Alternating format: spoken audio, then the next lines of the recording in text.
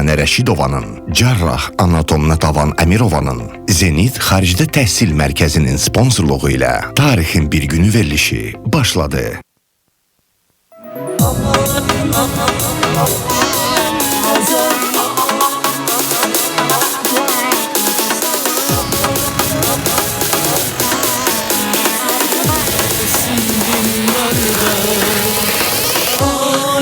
Güzel, hayat güzel, sevenlerin gözlerinde.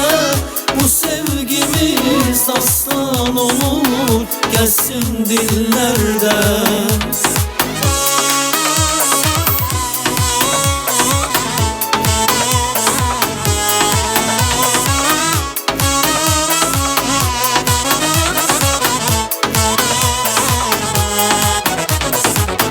Vurulmuşum bir yara, gözü kaşı kapkara. Çok iyi açıp eşkimi, ona söylemeye utanırım. Onu görenden beri unutmuşam dersleri. Seveceği bir gün beni, ben sevdiğim kimi inanırım. Seveceği bir gün beni, ben sevdiğim kimi inanırım. Yağmur yağar ıslanırsın vay aman, güneş doğdu gideceksin vay aman. Bırak ay gitsin sen kal gece vay aman. Umudumsun yakam olsun sen.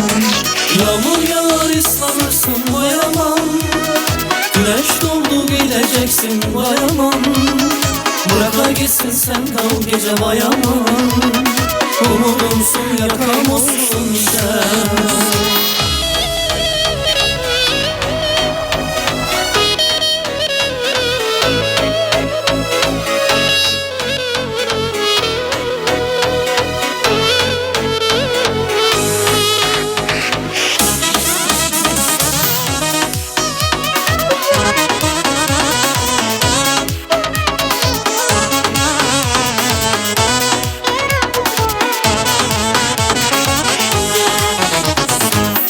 Biraz ürey ister ay balam, varsa ürey sevgi göster ay balam.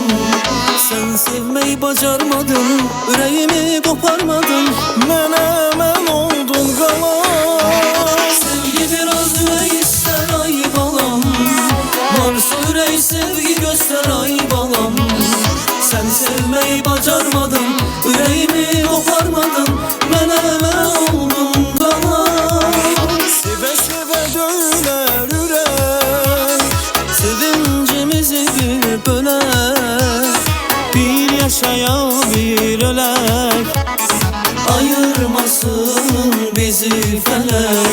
Seve seve döner yürek, sevincimizi bir bölek. Bir yaşaya bir ölek, ayırmasın bizi felek. Seni isteyirəm, her zaman gözleyirəm. Həsrətə dözməyirəm sevgilim.